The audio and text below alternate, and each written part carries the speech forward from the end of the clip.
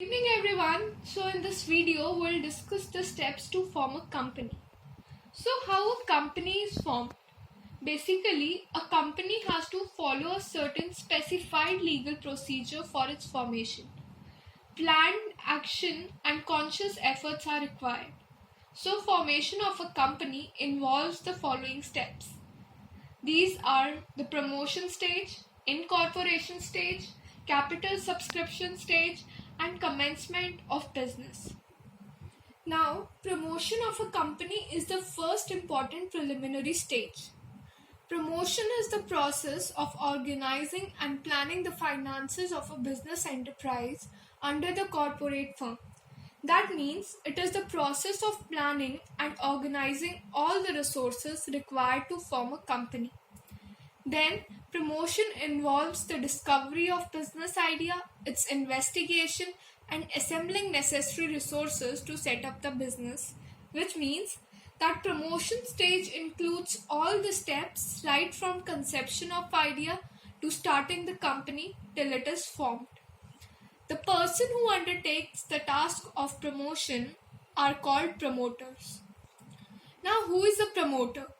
Under Section 2, subsection 69 of the Companies Act 2013, promoter means a person who has been named as such in a prospectus or is identified by the company in the annual return referred to in Section 92, or who has control over the affairs of the company directly or indirectly, whether as a shareholder, director, or otherwise, or in accordance with whose advice, directions, or instructions the board of directors of the company is accustomed to act. This means the person who performs all the activities during the promotion stage is known as a promoter. The promoter conceives the business idea and takes all initiatives to form a company.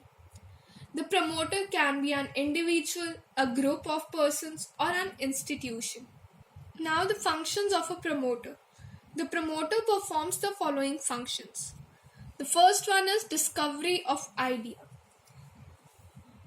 The promotion stage begins with the discovery of an idea to set up a business. It can be an idea to set up a new business or to expand the existing business. Promoter also analyzes the amount of capital required and the degree of risk involved. Then we have detailed investigation. After analyzing all the concepts related to the idea discovered, the promoter starts doing detailed investigation regarding cost, profitability, production process, demand of the product, etc. The third one is assembling of resources. In this stage, the promoter starts collecting all the necessary resources to form a company. Promoter makes contracts for purchase of material, land, machinery, recruitment of staff, and etc. Then, preparing preliminary documents. After assembling the necessary resources, the promoter prepares the necessary documents which are compulsory for the formation of a company. These documents are Memorandum of Association, Articles of Association, and Prospectus. The next important step of a promoter is naming a company. The promoter has to select the name of the company. While selecting the name, the promoter keeps in mind that the name should not be identical to the name of any other company. Then we have fixing up signatories to MOA or Memorandum of Association. Promoters have to decide about the people who will be signing the memorandum. Usually, the signatories of memorandum become the first directors of the company. Then we have appointment of professionals. The promoter appoints the brokers and underwriters to ensure the availability of capital by sale of company securities, solicitors to deal with the legal matters of the company, and bankers are appointed to have smooth financial dealings. Now, the second stage is the incorporation stage. Incorporation refers to the registration of a company under the Companies Act 2013 or any previous Companies Act. Such an incorporated company may be a company limited by shares, limited by guarantee, and unlimited company. Now, steps before proceeding with the procedure of filing documents. The first one is DIN, that is Director's Identification Number, has to be obtained. The concept of DIN has been introduced for the first time with the insertions of sections 153 to 159 of Companies Act 2013.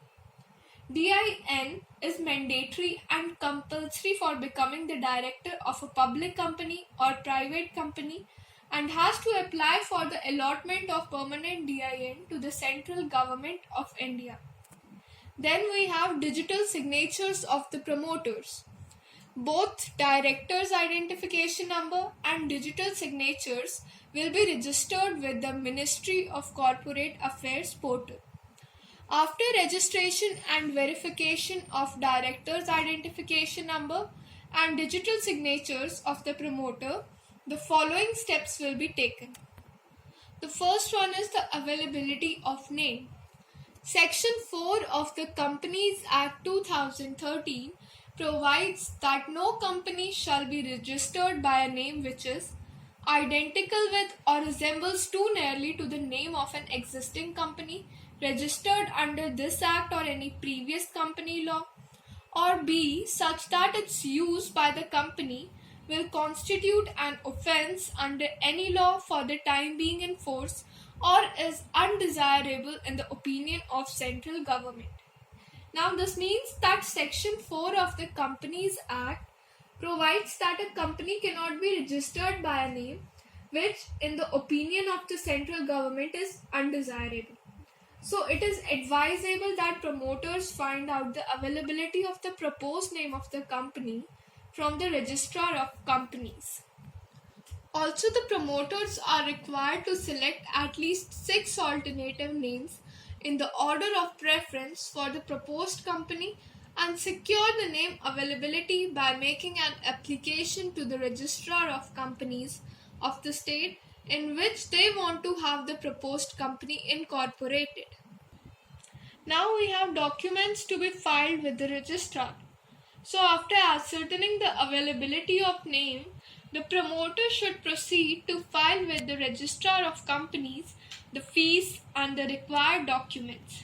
The first one is Memorandum of Association, Articles of Association, Declaration, Affidavit, Address, Particulars of Subscribers, Particulars of First Directors, Particulars of the interests of first directors in other firms or bodies corporate, power of attorney, consent of the directors, particulars of the directors along with directors' identification number, filing of agreement, notice of registered address must also be made. And the last one is the statutory declaration of compliance. Now then we have registration by Registrar of Companies. The registrar verifies all the documents submitted and he also checks the receipt of fees deposited. If he is satisfied with the validity and authenticity of the documents submitted, then the registrar enters the name of the company in his register. Then the last one is the certificate of incorporation. On registration, the registrar will issue a certificate of incorporation. On and from the date mentioned in the certificate of incorporation issued under section 7, subsection 2, the registrar shall allot to the company a corporate identity number which shall be a distinct identity for the company and which shall also be included in the certificate. The third stage in the formation of the company is the capital subscription stage. When a company has been registered and has received certificate of incorporation, it is ready for flotation. That is, it can go ahead with raising capital necessary to commence business and to carry on its operations satisfactorily. It may also be noted that a private company is prohibited from inviting public to subscribe to its share capital. It has to raise the necessary capital from the friends and relatives by private agreement. The promoters of a public company may not invite the public for raising capital and may arrange privately as in case of a private company. However, majority of the public companies raise their capital by inviting public to subscribe to its share capital. Now, the Companies Act requires every public company to take either of the following two steps. The first one is issue a prospectus if public is to be invited to subscribe to its share capital, or file a statement in lieu of prospectus in case capital has been arranged privately. The last stage in the formation of a company is the commencement of business, but there is a note that with effect from 29th May 2015, as per the Companies Amendment Act to 2015, Section 11 regarding commencement of business has been completely abolished from 2013 Act. Thereby, all companies, whether private or public or one-person company, can commence business immediately after obtaining certificate of incorporation. Now we have a concept under this topic, that is pre-incorporation contracts or preliminary contracts. Now pre-incorporation contracts, like sometimes contracts are made on behalf of a company before it is duly incorporated. Such contracts are called pre-incorporation contracts or preliminary contracts. So guys, thank you so much. If you like my video, please subscribe my channel for more such videos.